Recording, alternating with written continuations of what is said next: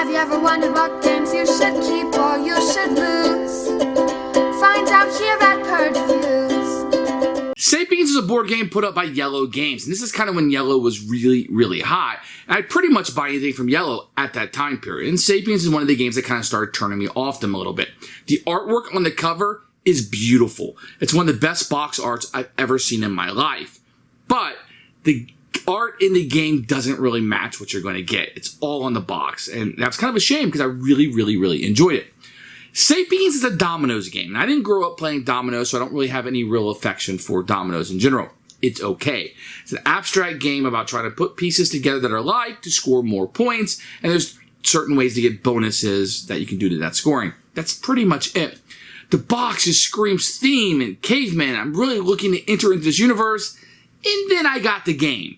And it's not that it's a bad game, but that disconnect really took me out of the game a little bit when I was first playing it. After repeat plays, I think the game is okay. I think there's a reason why it's been forgettable and you never hear about this game anymore, because it's okay. It's been done before. It's tile laying, the domino thing, you're trying to match up the sides to get points. These are some little bonuses that you can get, and you can utilize those in certain ways. It's all interesting, but at the end of the day, it comes out a little blah. It comes out okay. The more you like dominoes, the more that I think you're going to like this. There are interesting decisions and what tiles you're going to be taking, and hopefully hoarding those or being able to take 2 tiles and trade them with some of the powers that you can gain through the game. But at the end of the day, you're going to be stuck playing whatever domino tiles that come up and make the best of what you're going to do, which creates more of a tactile decision. You can spend the whole game trying to work it out perfectly, but if that tile doesn't come up, guess what? You're not going to get it. And that's just kind of the nature of the beast. Sapiens was a game I liked okay. I probably rated it a 5. It's blah. It's meh. If you pull it out, I'll probably play it and have a good time, but isn't something I'm going to be wanting to grab off the shelf, which leads itself to be a Purge. Beautiful artwork on the box. Doesn't translate inside. The gameplay is okay. Didn't pull me back in over and over again. That equals a Purge to me. Here is Sapiens by Yellow Games. First thing you're going to notice is a striking box. Look at how beautiful this is. It's very good. That's going to give you the feeling of the game. None of this artwork is going to be in the game. This is the most beautiful thing that you're going to see once you get inside. And this really sold the game to me, but none of this is in it. Not really. Going to have a rule book, which we'll take a look at in a few minutes. You're going to get a little scoring track that you'll be utilizing as you go through, and you'll have the meat production over here. It's very nice cardboard. It's double-sided. It's fine. You're going to have these player boards. Now, these will be randomized based on the sides, and you just kind of flip together like a puzzle. So every time you play, things will be a little bit different. You're going to get a ton of those. You can see it also has a nice insert here. The little finger goes through. You can pick this up. You're going to have a first player token.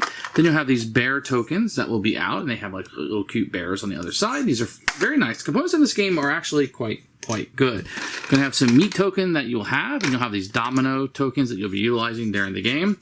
And they have nice little small artwork on it. Nothing like the front of the box, but it is pretty nice. And you have the icons, which is really what you'll be looking at as you go through. Each player will get kind of you sticker this yourself, a scoring point for that, and some little tiles and tokens that you'll put out. Everything is very nice, very well done. My big complaint is not the components with this game, and the insert is very nice. Here's the rulebook for the game. Once again, you get the picture from the front.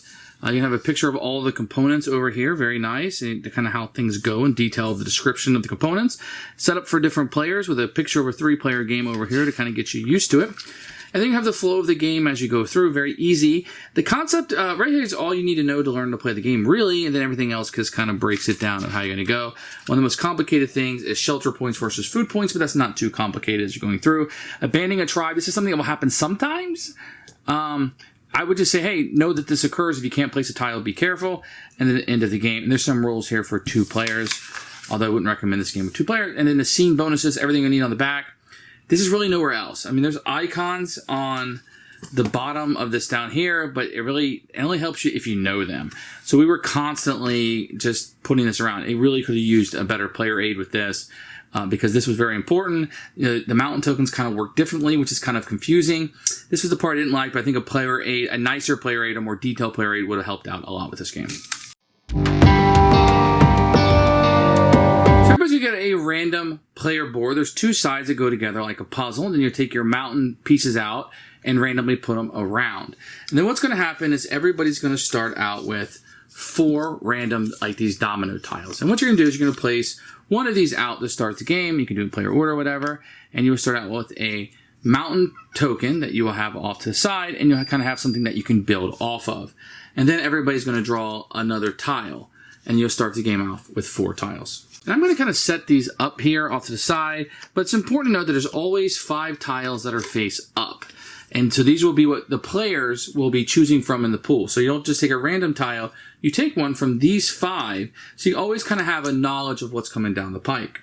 So on your given turn, you're going to have 4 tiles. You're going to place one of these down. And when you place a tile, it has to be connected when it's already played. Can't be diagonal. It has to be orthogonal. And then at least one of the sides have to match. So for example, if I played this here, that's a good move. I could put it here, or I could play it here. I could not play it here, and I could not play it here or anywhere else on the board. So it has to touch orthogonally, and it has to match up. So let's say I wanted to play it here. You're going to get the number that you're covering up. So I'm going to be covering up this 2. That's going to give me 2 food points. And it's important to have the distinction between food points and shelter points. Right now, we're going to concentrate just on food points, and I'll come back to shelter points. Now, if I place this here, that's fine. I would get the 2 food points, and I would move my tracker up with this circular one, which represents the food points. And then I would look at the back of the rule book, and I would get a bonus. Because I matched up the 2 water, I would get a water bonus. In this case, the water allows me to swap one of my tiles that I had left over with one from the back. Now, I have a bones that I'm playing here. I already got one of those, has fire on the end. I'm kind of looking through this. I have a pretty good setup. Maybe I won't use it, but just for purposes I can illustrate, I can just swap one of those out, and now I have this. Now, at the end of my turn, I will then draw a tile from here, and we will refresh the pool right away, and it will be the next player's turn. But let's talk about what I did here. So I covered up a 2 and a 3. I got the 2 food points. Maybe I don't want to cover up the 3 there because that might be something I'd want later. This might be a better move here because I can cover up a 2 and I'm only burning that 1. Maybe that's a better move. Now on a future turn, maybe I'd want to divvy this in to here. So let's fast forward a little bit further in the game, and here we have a situation where I built out, and now I want to kind of build into here. So I can build into here, and as long as there's a mountain tile there, I'm going to get 5 points. If there were not a mountain tile, it'd be 3. And each section you go to may have, this one's 7 and 5, has different points. I will then gain this mountain tile, set it aside. We'll work on that in just a second. But I've also got 5 shelter points. I will utilize the shelter points with this token on the scoring track. I'll come back to this in just a moment. Now, another thing I know is I've been getting these mountain tokens. I can always utilize these mountain tokens by once again looking at the scene bonuses. And they're just opportunities for me to kind of break the rules. The only ones that have special rules are the mammoth one, which just gives me one of the stakes. So I can take one of these stakes. I'll come back to those as you're collecting them. And this one right here will just allow my shelter points to go up by 3. So when you're connecting these tiles, you're going to get the bonus, and then sometimes you get a bonus when you have these, and you can keep these and use these whenever you want during your turn. This will continue on until the game ends. You'll be filling up your board. If at any point you can't fill up the board, then you would flip over all the tiles that you've played, because you've already scored those, and you're abandoning that tribe, abandoning it, and you would start a new one. Then you would start over just like at the beginning of the game. Maybe you would start over here with another tribe. You can just never connect to the old tribe. That's kind of how that works. The only other trick of the game is, remember I told you you're going to be scoring food points and shelter points. So if my shelter points is up to 11, and my food points is only up to 6, that's fine. But if the game were to end here, whatever one is your highest will come off the board. You will not score, and you'll score your lowest. So it keeps you from getting your shelter points up to 34, but keeping your food tokens really low, or vice versa. You want to be careful because you're only going to score the lowest. So if this was my score, I'm going to score 5 points. If this was my score, I would still only score 5 points. But if this was my score, I'm going to score the 14 that's there because my highest one won't score. So you always want to be careful of how much you're pushing something up because you want to balance it. You're only going to score the lowest amount. Now, getting back to the stakes really quickly, the stakes are set collection. If you're able to get those through the mammoth, you can only score when you play a mammoth tile. One of these, not the mountain tiles, but one of these tiles, and you get the bonus, you can sell them all. So if you're able to collect 5 of them, you get 10 points, 3 is worth 5. So the more that you can collect and try to trade in, the more food points you're going to get. And whoever has the highest score is the winner of the game.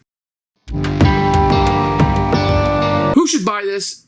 Fans of Dominoes. If you like Dominoes and you like that tiling aspect, this is really going to appeal to you. Despite the artwork, this is an abstract game. Kind of know that going in and what to expect as you're playing it. I think you can play 2 to 4 players with this. I think it works better with probably 4, maybe 3. I do like that aspect of it, but it isn't something I'm not pulling off the shelf. For my playing taste, it's going to be a definite Purge.